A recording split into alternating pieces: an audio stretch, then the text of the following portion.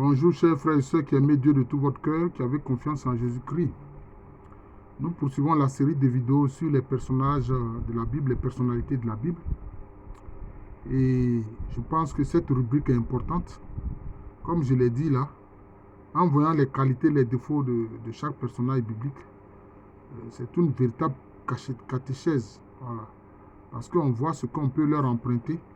Et puis leur côté qui n'est pas bon, on laisse cela tomber. Voilà. Alors, j'ai parlé de différents apôtres. J'ai parlé aussi du prophète Élie. Je voudrais parler maintenant de Marie-Madeleine. Moi, je l'appelle aussi une apôtre. Marie-Madeleine, vraiment, c'est vrai, elle ne fait pas partie des 12, mais c'est une véritable apôtre.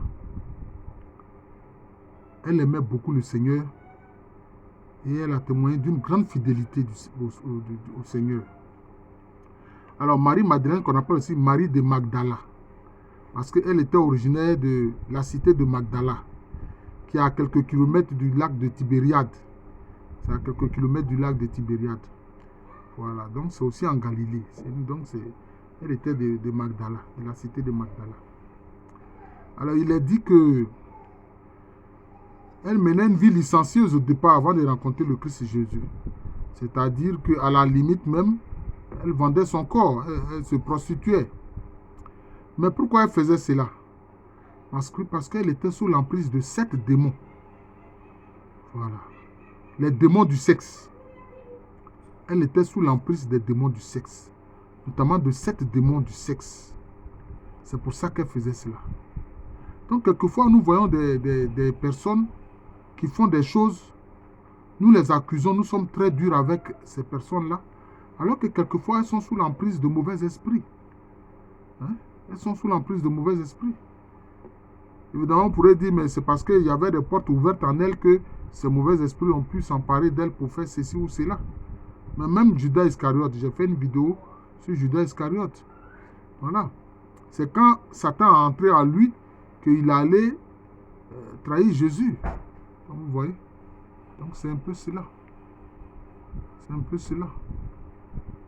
Voilà. Donc, ce n'était pas de sa faute. Elle était sous l'emprise de démons du sexe. Peut-être ce qu'on appelle les esprits incubes. Ou aussi peut-être aussi les esprits succubes.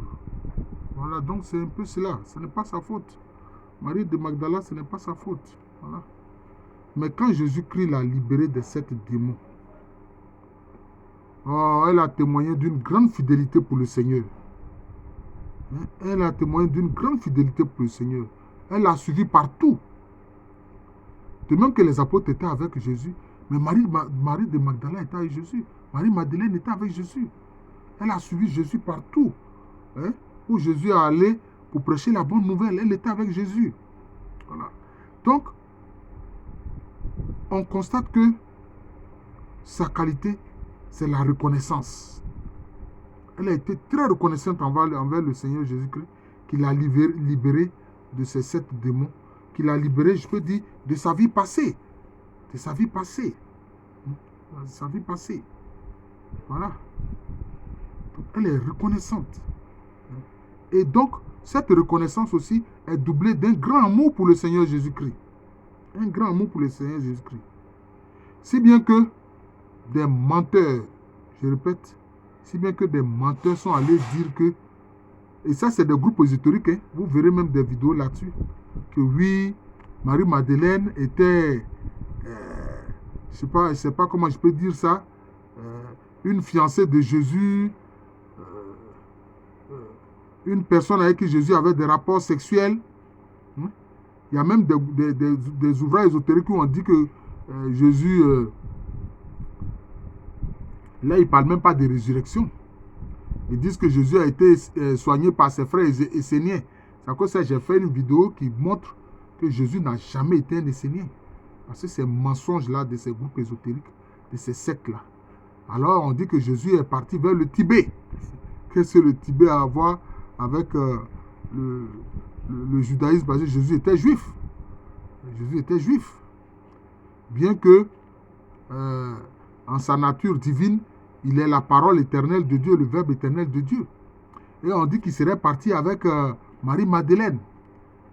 Et qu'il aurait même épousé Marie-Madeleine et qu'il a eu des enfants avec Marie-Madeleine. Voilà les enseignements de mensonges. Donc, je mets mes frères chrétiens en garde contre ces écrits mensongers-là. Voilà. Et même, je vous le dis, il y a une famille qui se réclame d'une royauté en Europe. La famille Dagobert qui dit être descendant des enfants de Jésus et de Marie-Madeleine. Vous voyez des choses invraisemblables comme ça. Bon, vous serez étonnés, ceux qui n'ont jamais entendu parler des choses, d'ailleurs c'est mieux, mais vous serez étonnés de ce que je suis en train de dire. Oh, c'est là, c'est des choses que vous voyez, vous verrez des vidéos là-dessus, des écrits là-dessus, hein, etc. Tu vois? La famille Dagobert, qui est en France et à d'autres endroits en Europe, qui dit être descendant de Jésus et de Marie-Madeleine. Voilà autant de choses voilà, qui vont contre les faits bibliques et le témoignage apostolique, le témoignage des apôtres. Donc, Marie-Madeleine, c'est la fidélité, c'est la grande reconnaissance et un grand amour pour le Seigneur Jésus-Christ. D'ailleurs, quand Jésus-Christ est ressuscité,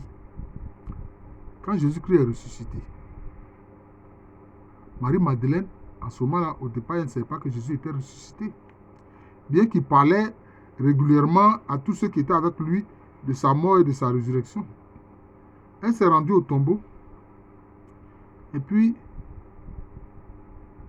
pour elle, elle devait venir prendre soin de Jésus avec des arômes, etc., pour embaumer le corps, etc.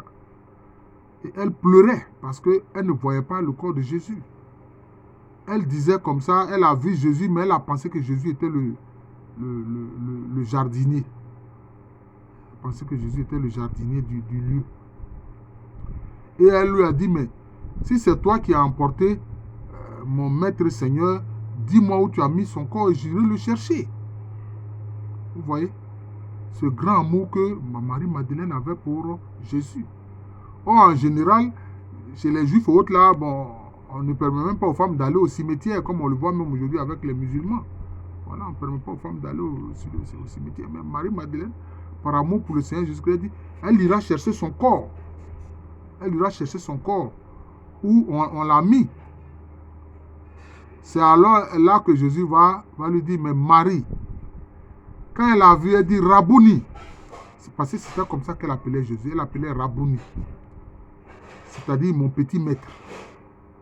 Parce que Rabbi, c'est maître. Rabouni, disons, ce n'est pas que c'est un diminutif, mais c'est un peu, c'est pour témoigner, je peux dire, de la tendresse qu'elle avait pour Jésus. Hein? C'est la tendresse qu'elle avait pour Jésus. Vous voyez. D'ailleurs, on voit cela dans l'apparition de la Vierge Marie, l'apparition de Guadalupe. C'est ce qu'elle disait à Diego, Juan Diego. Elle appelait mon petit enfant. Mon petit enfant, alors que ce n'est pas un homme qui est un enfant, non.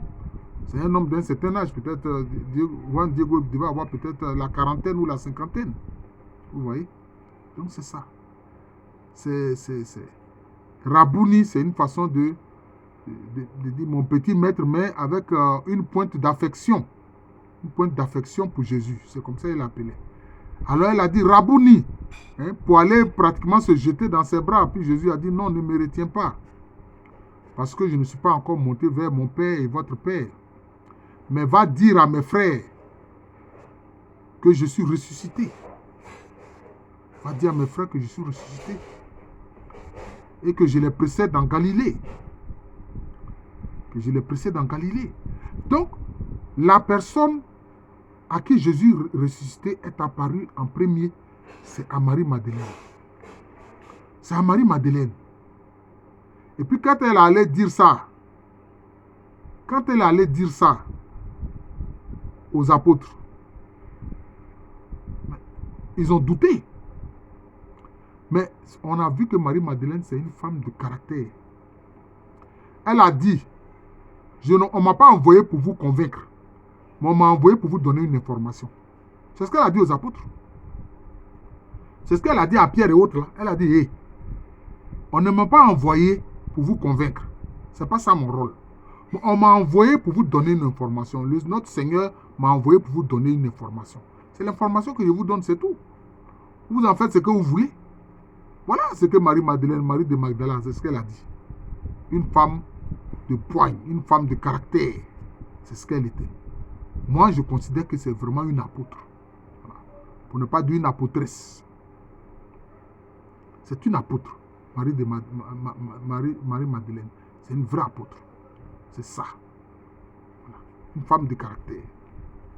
Elle a dit à Pierre, elle dit, et puis aux autres, elle dit, on m'a pas envoyé, le Seigneur ne m'a pas envoyé pour vous convaincre, hein, mais il m'a envoyé pour vous donner une information. L'information, je viens de vous la donner, vous en faites ce que vous voulez. C'est comme ça que Pierre et Jean vont aller au tombeau, au tombeau là où Jésus avait été mis dans la grotte là. Ce coin de Joseph d'Arimathie c'était son coin qu'il a cédé pour le corps de Jésus. Mais quand ils sont arrivés, Jean en parle. Il dit quand il a vu le linceul et puis ce qui couvrait la tête séparé, il a vu et il a cru. Et immédiatement, il a cru à la résurrection du Seigneur Jésus-Christ. Voilà. Mais c'est Marie-Madeleine qui est venue donner l'information sur la résurrection du Seigneur Jésus-Christ à ses frères et sœurs. C'est elle qui l'a fait. Donc voilà un peu le personnage de Marie-Madeleine. La fidélité, la reconnaissance et l'amour pour le Seigneur Jésus-Christ. Voilà. Et c'est elle qui a témoigné en premier de la résurrection de Jésus-Christ. C'est une vraie apôtre. Voilà Marie-Madeleine. Quant aux autres fausses informations, n'écoutez pas ça. Ce sont les fadaises du diable. Voilà, les fadaises du diable. Voilà. Parce que le diable, il est le père du mensonge. Et il a malheureusement beaucoup de démons sur terre qui le suivent et qui racontent n'importe quoi. Voilà. Je vous remercie. Je suis le frère Jean de l'amour de Jésus. C'est mon nom spirituel. Et à l'état civil, je suis le professeur Alou Kwame Rémy. Merci encore et bonne journée à tous.